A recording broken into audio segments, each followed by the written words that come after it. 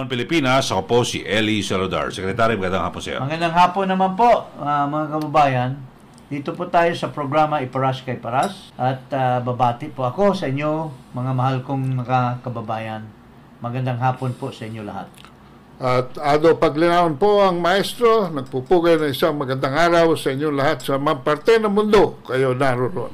At siyempre, isa rin sa talagang pinakamainit na issue ngayon ay ito hong mga aligasyon, no, na milagro sa PCSO Lotto. At ang pinakahuli ay merong investor na naglagak ng puhunan, tumaya ng 90 million pesos. Sa tatlong outlets to, tigti 30 million at kinabukasan, tumama naman 640 million, Secretary. Okay, bago natin i-discuss yan, we want to lay down muna the facts, no? At ito po ay pinaabot sa publiko ni Ginoong Senador Rapi Tulfo. Pakinggan natin si Mr. Tulfo. Meron yung duda ko na may namumuhunan. In fact, nabanggit ko kanina, merong incident doon na isang tao namuna ng 90 million. 3 outlets, bawat outlet na isa lang may-ari, nagtaya ng tig 30, 90 million total. At pinanununan niya 600 million plus. So namuhunan talaga siya. Tumaya siya ng yung system 12. So parang again, parang sigurado na siya mananalo siya o may nakatimbre sa kanya. Yun ang sinasabi ko nga na bago siya nanalo, tinaasan yung amount ng pot. Hindi bawal yon kung tutuusin. Wala naman nakalagay sa ating batas maging sa ng PCSO charter na bawal magtaya ng by the millions. Of course. Pero kanina, maging yung AMLAC, sabi niya, there's something irregular. Na for you tumaya ng ganong kalaki. Sa yon, sa AMLAC side. On the other hand, doon ba yung parang tinayaan mo halos lahat ng numero, nag-invest ka, parang manalo. So, nung tumaya ka ng ganong kalaking amount to cover yung pot, na para ma-cover man lahat ng numero, manalo ka, baka meron ka ring inside information. O baka sigurado ka, you will not invest that much money, wala naman sigurong negosyante, kung negosyante man ito, mag-invest ng ganong kalaki, nang hindi siya nabibigyan ng some kind of an assurance na babalik sa kanyang perang yon, one way or the other. Kaya nga, sa susunod na hearing, patatawag ko ng DICT, and then kukuha din kami ng independent IT. Sa ngayon kasi inaasahan namin yung DICT. So, in fairness sa DICT, they're doing their best na para makatulong din sa investigation na ginagawa namin. Pero ako mag-imbita ng third party na hindi taga-gobyerno na titingnan muna ng husto yung integrity ng PCSO computer from root access, source code, etc. And then, only after then, maka-come up tayo ng legislation na para maprotektahan talaga yung integrity ng PCSO ng game nang hindi na magkaroon ng pagdududa sa taong bayan. Paggrabe ng paggrabe ang nadidiskubre dito sa PCSO. Hindi lamang noong Disyembre nagpaluwal ng 2.7 billion pesos in 1 month, mapanalo lang yung pera na yan. In spite the fact na yung pera dapat na ito-turn over na bilang dividendo sa gobyerno ay sinugal pa at pinapanalo pa. Nilagay pa as prize money. Yun ilalagak na sa treasury. Yes. Na dividendo ng gobyerno. Tatabi na. Tatabi na yon kasi I mean, the real mandate of the PCSO is not to make money. Hindi naman negosyo yan. The real mandate is to make some money, not necessarily big na talagang pipilitin mong magnegosyo ka ng malaki. It's only for the sake of getting some money para masuportahan ang social programs ng executive department ng Gobyerno. Pero kung talagang ang hangarin ng namumuno dyan ay talagang lulustayin ang pera para lang makakalap ng mas malaking kita, that's beyond the mandate of PCSO. Kasi parang ang dating sa akin nun, sugal na yun. Oo. Di ba? Hindi sugal ang PCSO. Hindi naman, they're not involved in gambling. Bawal nga tumaya ng milyon. Yes.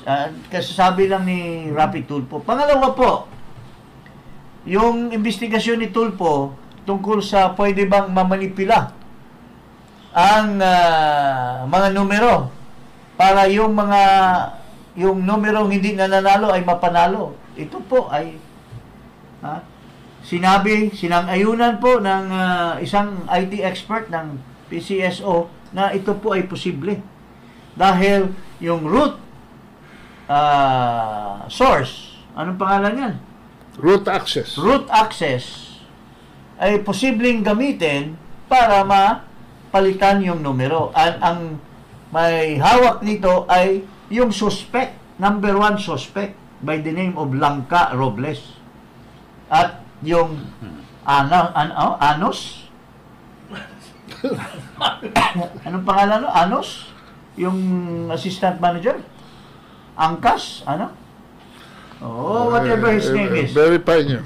It doesn't matter. Ngayon naman, kamakailan lang sinabi ni Tulfo na isang tao sa isang buwan 20 times nanalo. Oh. In another month, the same person nanalo uli ng 20 times. In another time, 10 beses. In another time, 9 times. And ito po ay was just casually answered by Robles na hindi yung nanalo po, hindi naman yan lahat Hindi yung jackpot lahat. Oo, hindi naman yan Maliit lang naman yan Oo, hindi naman yan claimants parang sabi niya, mga claimants lang naman yan, hindi naman yan bettors yun. Oo. Pero Secretary G, siguro Yes. maganda pagtunan natin ng pansin. Sige. Yung dito kasi talagang nakaka-intriga, nagtataka. May nag-invest ng 90 million, di ba? 30, Hindi, bago diba? natin ilatag muna natin yung lahat, yung mga bonus. kabulastugan.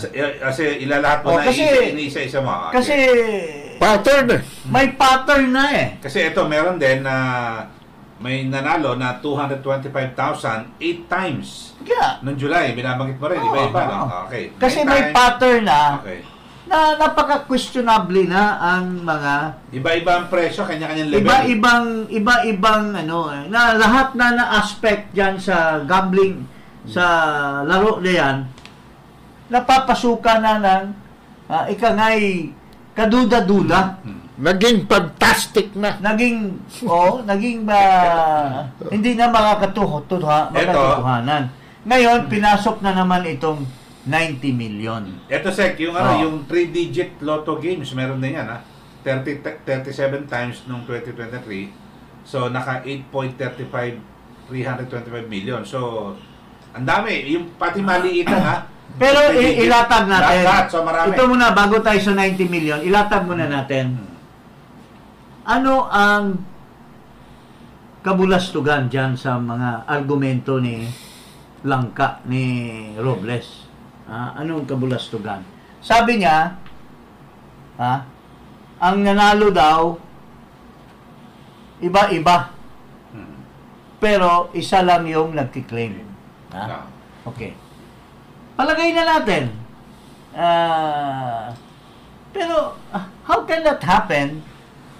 Kasi daw, yung nagkiklaim ay agent. Agent daw at pinapaklaim lang. ng mga bettors. Parang tunog wetting yan. Ito, yung code niya sinasabi. May komprador. Yan po yung sinasabi ko sa lotto agent na pinakiusapan ng kanya mga bettors when he goes to the branch kasi 10,000 pesos and below, kaya po yan ng outlet. 10,000 and above, up to 300,000, he has to go to the branch. Sabi po yan ni GM Robles. Oo. Ang branch po, normally, nasa Kapitolyo yan. So, kung nasa Okay. malalayo kang lugar, ang logical and practical way is to talk to your suki na pakisabay na ito. Yan. But that's very simplistic.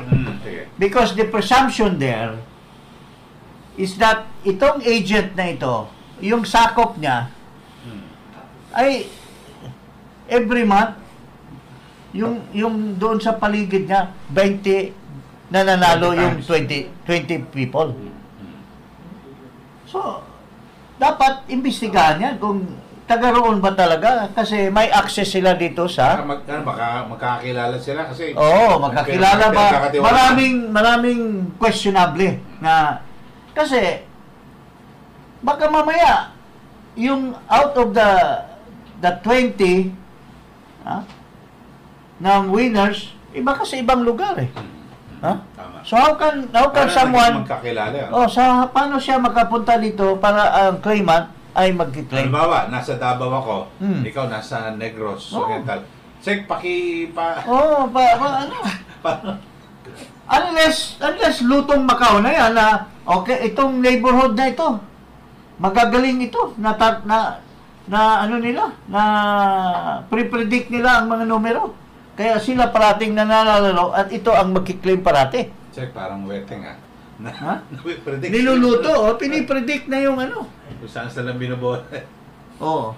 So, ito po ay kaduda-duda. Dapat talaga masusing investigasyon. Pero, alam mo, mamaya ipapalabas natin yung duda ni Marlica. Parang lumalambot. Panay expose ni Tulfo, pero parang lumalambot ang treatment niya against the PCSO officials, especially Robles. Ngayon, wala na siyang sinasabing possible na nandadaya. Sabi niya, that's possible. It can be true. Pero wala siyang sinasabing these are lies. These are, well, we still hope. We still hope. Nag-hope pa rin tayo na at the end of the day, lalabas pa rin yung kabutihan ng puso at honesty ni Tulfo. Hindi pa muna tayo magko-condemn sa kanya habang nag-iimbestiga siya. Pero ito ang mas matindi, parang Eli, yung sinasabi mong 90 million. Yun. Ang matindi dito is the fact, ang daming angle na pwedeng yariin itong issue na ito. Unang-una, bakit mo tataasan? So, ito, Secretary. Bakit mo tataasan from 140 to 600? Dinagdagan ng 500 million. Dinadagdagan ng 500. Kaya naging 640. Why not let it be at 140? Naka-advertise na yan eh. Ang paliwanag ni GM Robles sa nakarang hearing, kinuha rin nila sa kita ng PCSO. Tapos, para raw makakuha pa ng atensyon at yung mga manaya, magtaya ng pagtaya. Yan sabi niya, paliwanag niya. Yun ang paliwanag niya. Parang promo noong pero napaka-suspect yan. Kasi, kung ako mag-invest ng 90 million, kasabwat ko si Robles, kasabwat ko yung mga taga-PCSO, I will not bet 90 million for 140 million lang ang papanalunin. Paano ko isi-share yung panalo? Ang liit lang ng panalo. Pero kung 500 million, mayroon akong ibibigay kay Robles, ibibigay sa mga iba. And I will be guided how to win. Kaya it's pretty obvious na talagang involved siya dyan. By design. By design. The increase is really by design. And if you look back doon sa December na 2.7 billion, suspect din yun. For all you know, doon sa ano na yan, mayroon lang nagbibet ng ganun. Ngayon lang na-discover, pero mayroon na modus operandi na yan ganun kalaking. Kasi, pwede tayo mag-usap pare. Kaya mo bang mag-invest ng ganitong kalaki? Ha? Oh. Pare, di pwede yan liit lang yan It's not worth it. Ano ba, sigurado ba yan? Siyempre, hindi. Alam mo kasi, ginagawa na yan, pare. Talaga. Ginagawa na yan. You can bet, if you have the proper capital, pwede mong kapitalan yan lahat na numero, pwede mong matayaan Tama, yung buong ginagawa na yan sa bagdok, yung tinatawag nilang bagdok, yung STL, yung Masyaw, ginagawa yan ng mga sugarol talaga. Basta malaki yung jackpot. Yung iba nga, pinagtyagaan nila, maski konti lang Basta kumita na konti. Basta kumita, pero panay kita, kasi you can't lose natayaan mo na lahat yung, mayroong a certain amount na talagang pag tinaya mo, sure ka talagang pero ito lang yung so much. Ito, alam na yan ng mga sugarol. Pero sabihin niyo, pare, sige, pwede kaming mag-invest, pero pwede mo bang taasan yung presyo? Ito, actually, nangyayari yan sa PCSO. Noong umpisa pa lang noong Duterte administration, yung STL, yung ini-establish pa lang yung STL. Maraming umaangal yan sa STL. Kasi, kung ito yung probinsya mo, mayroon silang a certain amount of money na ihuhulog mo para maging Operator. Maging operator ka. Minsan, sobrang laki yung kanilang ihuhulog. Sasabihin nila, hindi namin makakaya yan. Malulugi kami. So, mayroong negotiation. Sige, bababaan natin. So, yung negotiation na yan is a possibility So, pwedeng, pare, sige. Siguraduhin mo taya mo yan. Pero, kalahati sa amin. Tataasan namin yung ng 500 million, pero kalahati. Sigurado ka namang, because, sigurado kung tataya ka ng 30 million, pero tataasan mo yung siguradong kita ka talaga ng malaki. Pero dito, masyadong substantial yung taas, 500 million. Ano ang gravitas ng rasyonal ni Tlangka? Kasasabi ko lang may usapan. Para mainganyo akong tumaya ng 30 to risk 30 million. Because ganito kasing presumption yan If I bet 30 million, I will be able to bet all the numbers. Now, I'm sure to win one number. Jackpot. Kung 140 lang, it's not worth it. Yun ang inside story. Ano ang sinabi nilang para justify na itaas yun? Ganun ang yun ang sabi niya, para daw dumami ang bet, lalaki ang pot. Ganahan ng mga tao. Which is very flimsy. Yung legitimong bet. Napaka-flimsy. Because ang PCSO naman, hindi naman humahangad ng todo-todo na balik. 100, kaya nga dati, 50 million lang, napakalaki na ng 140 million Hindi, tsaka yung amount na certain amount there is subi na. So, meron ba kapangyarihan itong silang na mag-transfer ng... That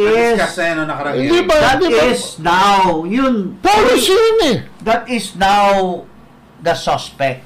Yun talaga.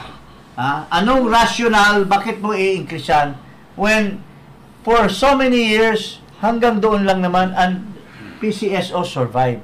How come ito ngayon under this administration na masyadong aggressive at very powerful and influential itong tao na ito, that he can just squander the amount, so much money just like that. Di ba may board yung Ay, PCSO na-approve. na yan? May board resolution. Siyempre, kanyang tao eh.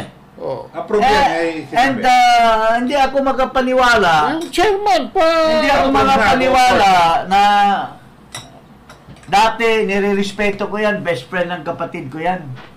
Yung si Juni Kua. But I didn't realize that he's a wimp. Tumatanda na, nagiging wimp na, at sunod-sunuran na lang kay Robles. O kasabwat. Well, we don't know. I don't want to presume. Baka. Juni Kua, kasi nire-respeto ko yan. Pero now he's becoming a wimp. And sunod-sunuran na lang siya, pinapabayaan na lang niya na lustayin at ito ang punot bunga dito sa lahat.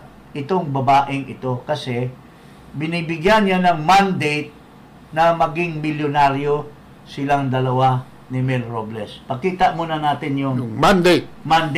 kay Mel mandate. Robles na gumawa ng kabulastugan ng ganun sa PCSO. Kasi kung hindi binigyan ng lakas ng loob ito si Robles, ng presidente ng Pilipinas, the real president of the country, hindi niya magagawa ito.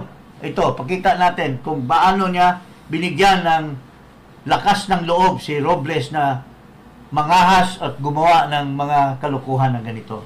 Hi, Mel. Or should I say Melionario? Just wanted to wish you a happy 60th birthday. Naku, senior citizen ka na, ha? Dapat magpapayat ka na to be as sexy as Shay. We love you, Mel. I wish you all the best today and for the next 60th year. Big hug. Happy birthday. Thank you for everything you've done for me, my family, for my husband. Sama-sama tayo, babago muli para maging milyonaryo. Magiging milyonaryo po tayo, sabi niya. Paring Mel, ha? Mahal ka ng pamilya ko. Mahal mo ang pamilya namin. Ha? Ibabangon natin ang Pilipinas para maging milyonaryo tayo. Oo. So, kung ikaw ba, appointed ka nitong babaeng ito, kasi yung asawa naman, hindi naman ang nag-a-appoint yan eh. Hindi ka kaya maglakas ng loob na gumawa ng mabilisan na maging milyonaryo ka? Ha? Di umano? Pero ito, baka ito, linawin ko No. Di ba, January 16 yan, di ba, may tumaya ng 90 million. Oh. Nanalo ng 640 million, may get, sa Super Lotto 649. Yes, yes. Kinabukasan, January 17, isa na namang lone winner na nakakuha ng jackpot sa Grand Lotto 655 na halaga sa 698 million. Kaya So magkasunod, no? nagiging modus operandi na. So, kayo tamaan ng loto, di ba? So can you imagine how much money they're making? Ha? Making the PCSO a milking cow, mga kababayan? Ha? Maisip nyo ba po na ginagawang milking cow, palagatasan ang PCSO ngayon dahil lang sinasabi ng isang babae na maging milyonaryo tayo, Mel. So, ibig sabihin, pagbutihan mo dyan, Mel, ha? Anyway, huwag ka matakot kasi nandito ako sa likod mo. That's exactly what's happening. Now, ngayon, Tulfo, ikaw ba? Sasabihin mo, BIR. Sasabihin mo, DICT. Sino ba yan? Ivan Oy. Sino bang bata yan? Baka yung Ivan Oy sa kanyang birthday, hindi lang na kayo nakakuha ng video. Sinabihan din, Ivan, my love, mahal kita. Babangon tayo, maging milyonaryo din tayo, Ivan. Doon din kay Lumagwe. Ganon din ang sinasabi niya. So, itong mga ahensya na ito, ginagawa niya na maging milyonaryo. Itong mga nagpapatakbo niya. If that is the case. Presuming. So, yun po mga kababayan, what does Tulfo expect from DICT?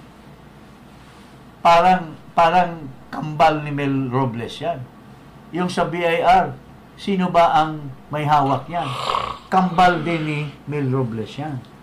So, what do you expect from this government na matutumbukan yung ating hinahangad na magkaroon ng investigasyon na maayos dyan. Ito, pakinggan natin to si Marlica. Sino, okay, ang gonggong natataya na i-invest, na itataya ang 90 million pesos niya kung hindi siya siguradong mananalo siya.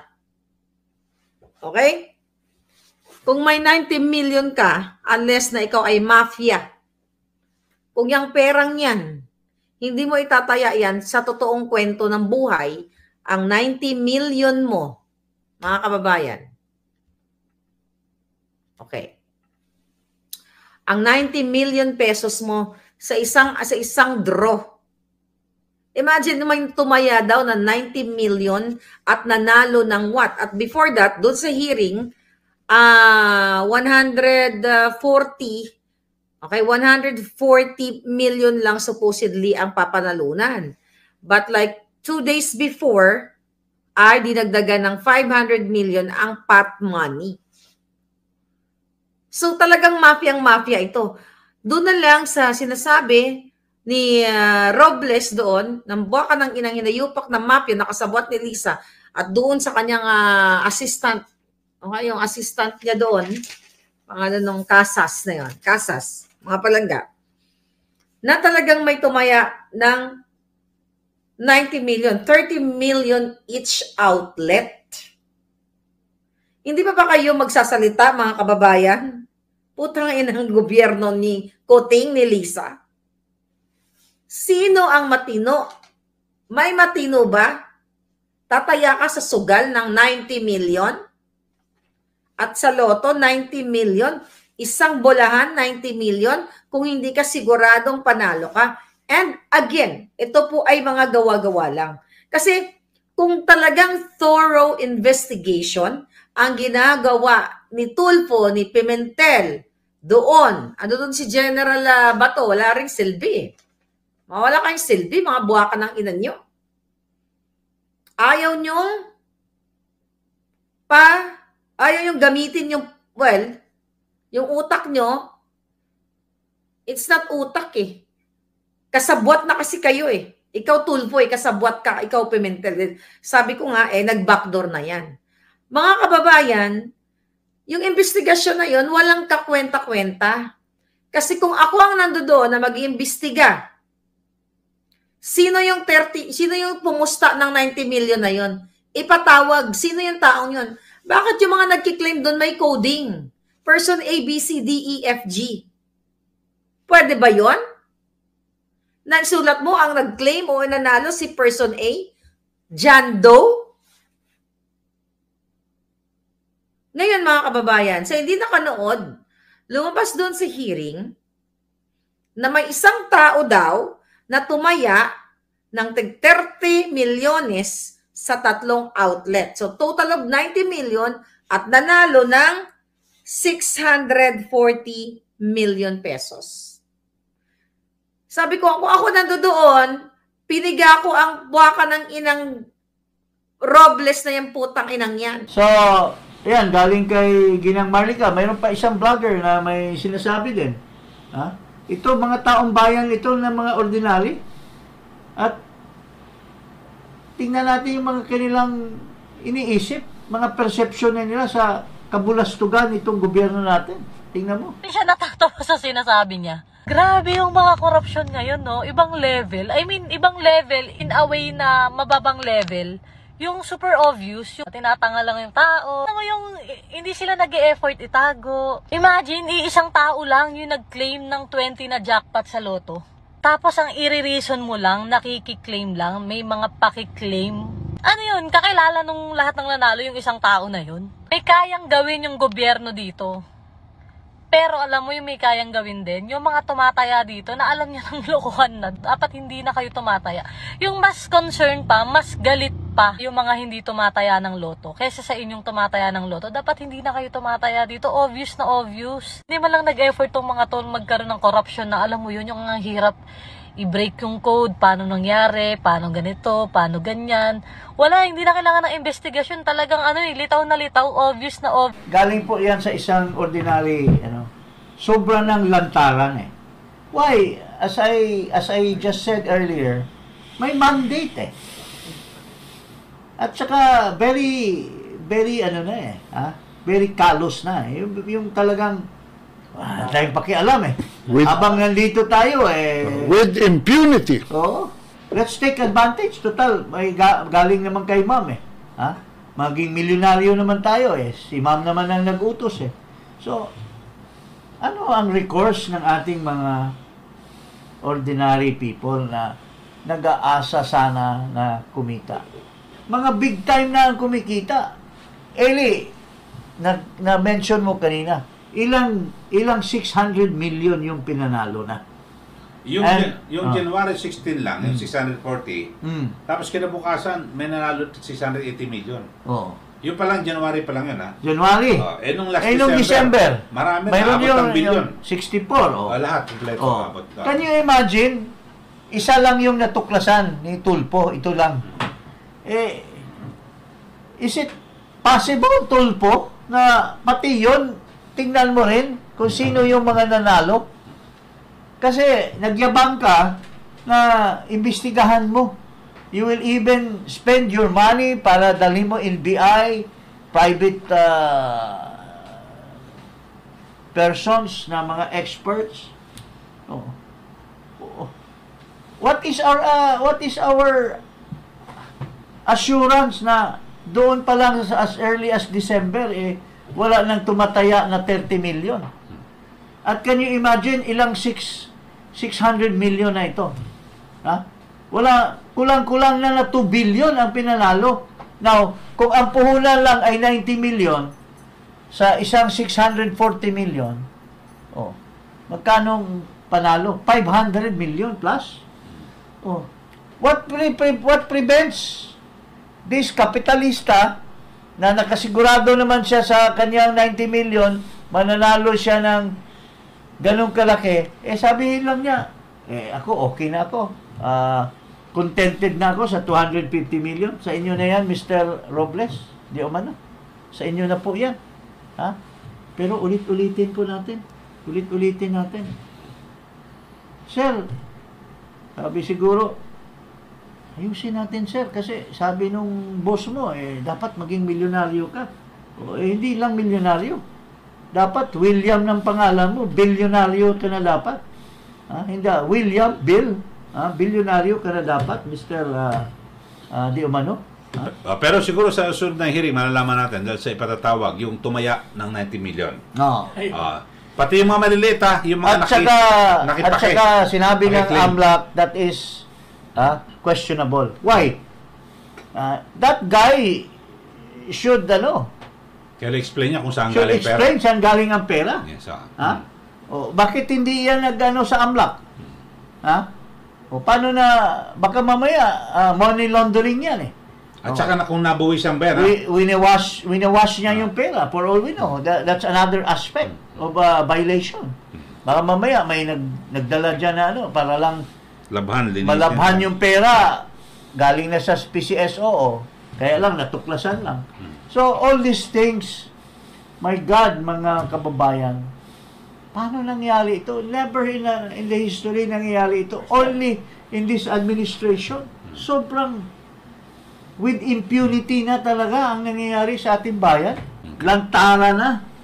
Wala nang pakialam. Maski yung travel, wala nang pakialam. Maski anong opinion ng mga kababayan natin. Wala. Tinatawanan lang.